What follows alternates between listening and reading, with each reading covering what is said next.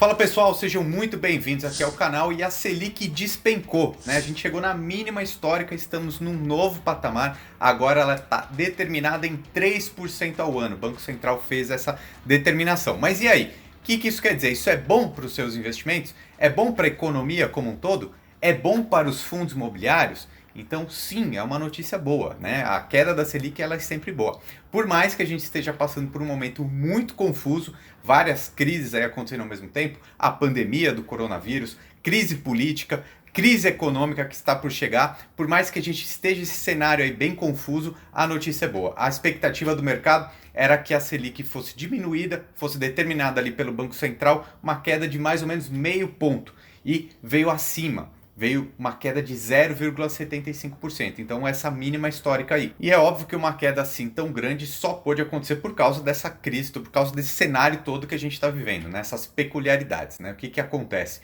Quem me acompanha aqui no canal sabe muito bem que o sonho de todo governo é deixar a sua taxa Selic baixa. Aliás, se você ainda não se inscreveu no canal, faça isso agora, por favor, porque isso me motiva, me ajuda a continuar meu trabalho aqui no YouTube, e eu faço 3 novos vídeos por semana e você é convidado a assisti-los gratuitamente, tá bom? Então, o sonho de todo governo é ter uma taxa Selic baixa. Mas por que isso não acontece sempre? Por causa do risco do aumento da inflação. Então, nesse momento onde toda a demanda está reprimida, né? As pessoas estão em casa, estão consumindo menos, tanto serviços quanto produtos, né? Só o e-commerce que ainda está sobrevivendo bem. Então essa demanda reprimida faz com que tenha menos procura por vários itens da nossa economia, então a inflação não está aumentando. Quanto menos procura, né? Menos pessoas comprando, menos o preço aumenta. Então assim, a inflação ela está completamente sob controle. O Boletim Focus está estimando que no final de 2020 a inflação seja 1,97%. Tá? E a ideia, a previsão, a meta era que ficasse em 4% ao ano, ou seja, está muito baixo. Logo, o Banco Central teve esse espaço aí para diminuir a taxa Selic, até como um motivo aí, mais um remédio para tentar ajudar a economia a ficar aquecida, a circular novamente. Tá? Então, como a inflação está baixa, a Selic pôde ser diminuída e, inclusive, na ata do Copom ele disse que possivelmente na próxima reunião, daqui a 6 semanas, pode cair mais um pouco. Mas então, se a queda da Selic é tão boa, por que o governo não chega lá, o Banco Central, e fala assim, olha, agora a taxa de Selic no ano é 0, vamos zerar isso daí? Por quê? Não dá para fazer isso por causa da inflação. Se você diminuir muito o valor do dinheiro no tempo aí, essa taxa de juros, as pessoas vão consumir mais loucamente, fazer muitos empréstimos, e aí a inflação ela desgarra, ela aumenta muito, né? E aí até se você for pensa numa pessoa que de repente fica desempregada, né? Vai ser muito mais complicado ela consumir, comprar coisas se a inflação aumentar muito abruptamente, né? Então é preciso ter um certo controle da inflação para que a economia continue nos eixos. E além disso, né, ainda tem a questão do risco país, né? Se você diminui muito sua taxa dos seus títulos públicos, você acaba não retendo investimentos estrangeiros, né? Os investimentos estrangeiros vão embora, vão para outros países mais seguros e que coloquem um prêmio de risco maior. Então, aqui, por exemplo, hoje a Selic a 3%, a taxa de juros básica aqui do país é muito baixa, né? Se você for olhar outros países mais desenvolvidos, vão ter aí uma taxa de 0,5%, 1%, de repente até 1,5%, né? Então, por que um investidor estrangeiro investiria no Brasil? A gente tem que dar um retorno para ele maior. Por isso que aí hoje está 3%, já foi muito mais, né? Então, até existe a previsão a curto prazo é diminuir, né? Mas a longo prazo é aumentar de novo. Mas enfim, explicando o que é essa Selic, o que isso tudo quer dizer, agora vamos para os fundos imobiliários. Por que isso é uma notícia boa para os fundos imobiliários? Eu vou te mostrar aqui 2 exemplos na prática de fundos imobiliários de 2 setores diferentes e como que a Selic impacta nesse momento, né? A gente tem que lembrar que a Selic é essa régua de comparação. Então ela está pagando 3% ao ano. Então essa aí é a nossa base. Qualquer investimento que pague mais que 3% ao ano é ótimo, excelente, um ótimo retorno. Então vamos lá. Eu vou pegar como exemplo aqui o XPLG, que é um fundo imobiliário de logística, né? O que eu quero mostrar aqui? Olha só quanto que ele pagou só de dividendos ao longo dos últimos 12 meses. 6,53, tá? Então é isso daqui que a gente pode comparar lá com os 3% que a Selic paga. Ou seja, só de dividendos, só daquele valor que cai na sua conta todo mês,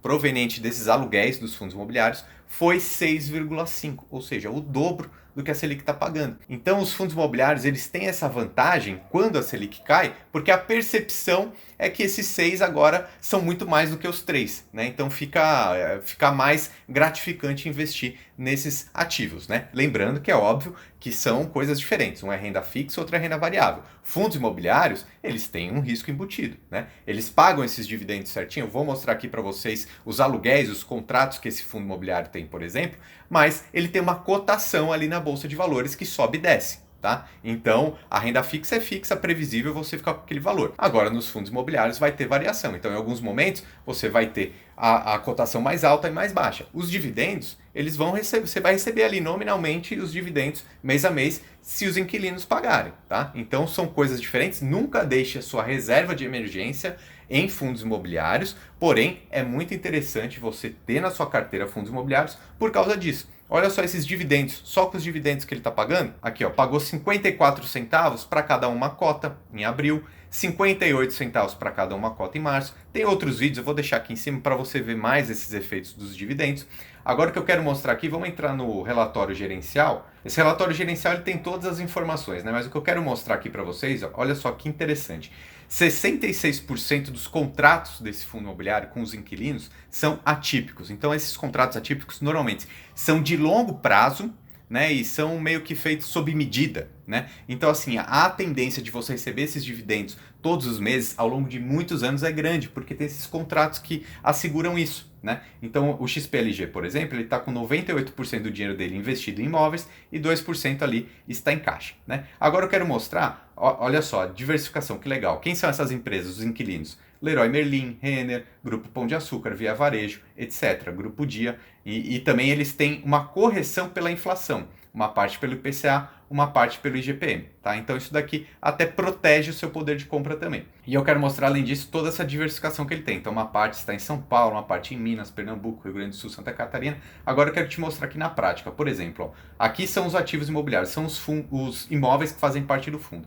Então, por exemplo, esse imóvel aqui, que é alugado para o Grupo Dia, ele tem vencimento em julho de 2033, ou seja, muita coisa, né? Lá na frente. O outro também, em março de 2030.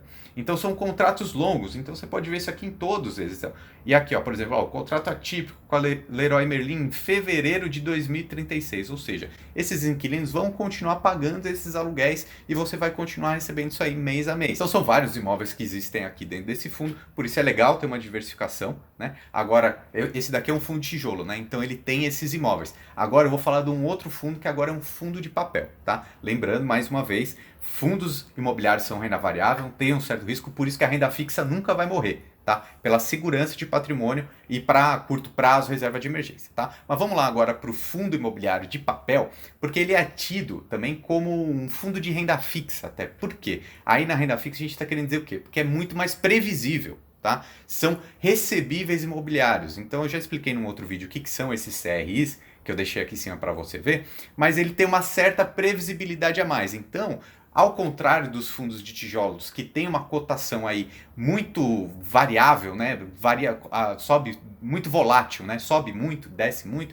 Os fundos imobiliários eles costumam ser menos. Porém, os dividendos deles costumam ser maiores, tá? Então eu vou mostrar aqui na tela para você. Vou entrar aqui no ranking dos fundos imobiliários do Funds Explorer, mas deixa eu clicar só nos fundos de papéis. Vamos ver pelos maiores. Eu sempre gosto de ver os maiores fundos. Então tem o KNRCI, né, que é o principal fundo de papel da bolsa.